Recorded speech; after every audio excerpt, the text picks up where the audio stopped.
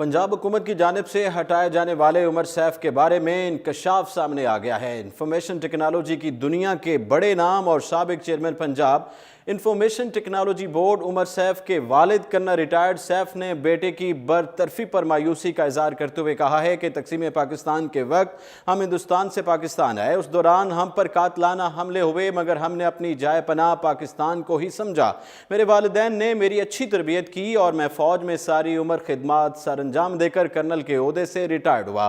पाकिस्तान से मोहब्बत की वजह से ही अल्लाह ने मुझे उमर सैफ जैसा होनहार बेटा अता किया है।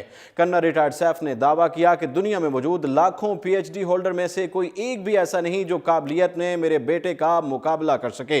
डॉक्टर उमर सैफ बतौर चेयरमैन पीआईटीबी जो तनख्वाह लेते थे वो खुद इस्तेमाल नहीं करते थे, बल्कि ये सारी तनख्वाह बेसहारा बच्चों की फलाह व बहबूद के लिए कायम एनजीओ एसओएस को देते थे, मगर उनको गिरा कर मुल्क की खिदमत के बदले में मायूसी ही मिली है। तहाँ मेरा बेटा इन तमाम बातों के बावजूद पाकिस्तान से जाने के लिए तैयार नहीं है। कर्नल रिटायर्ड सैफ ने बताया कि जब से डॉक्टर उमर सैफ को ओहदे से हटाया गया है, मुतादिद गैर मुल्की सफीरों ने उनके घर का रुख कर लिया है। मुतादिद ममालिक उनको वजारत इंफॉर्मेशन टेक्नोलॉजी का कलमदान सौंपने को तैयार हैं, जबकि बिल गेट्स उनके बेटे को 1 घंटे की कंसल्टेंसी के इवज $10,000 तक का मुआवजा देने को तैयार हैं। इसके बावजूद मेरा बेटा पाकिस्तान छोड़कर नहीं जाना चाहता और यहीं रहकर अपने मुल्क की खिदमत करना चाहता है। उन्होंने अपने इंटरव्यू के दौरान यह भी बताया कि मेरा बेटा मेरिट पर चेयरमैन नादरा के ओहदे का अहल था, मगर उसकी जगह सियासी तैनाती की गई। चौधरी निसार ने नवाज शरीफ पर दबाव डालकर अपनी मर्जी का चेयरमैन नादरा लगवाया।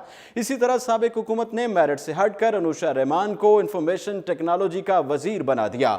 मुल्क में उमर सैफ की तरह मुतअद्दिद IT एक्सपर्ट मौजूद हैं, मगर वो हुकूमती रवैये से नाला हो चुके हैं। फिल वक्त इतना ही और आप देखते रहिए उर्दू पॉइंट।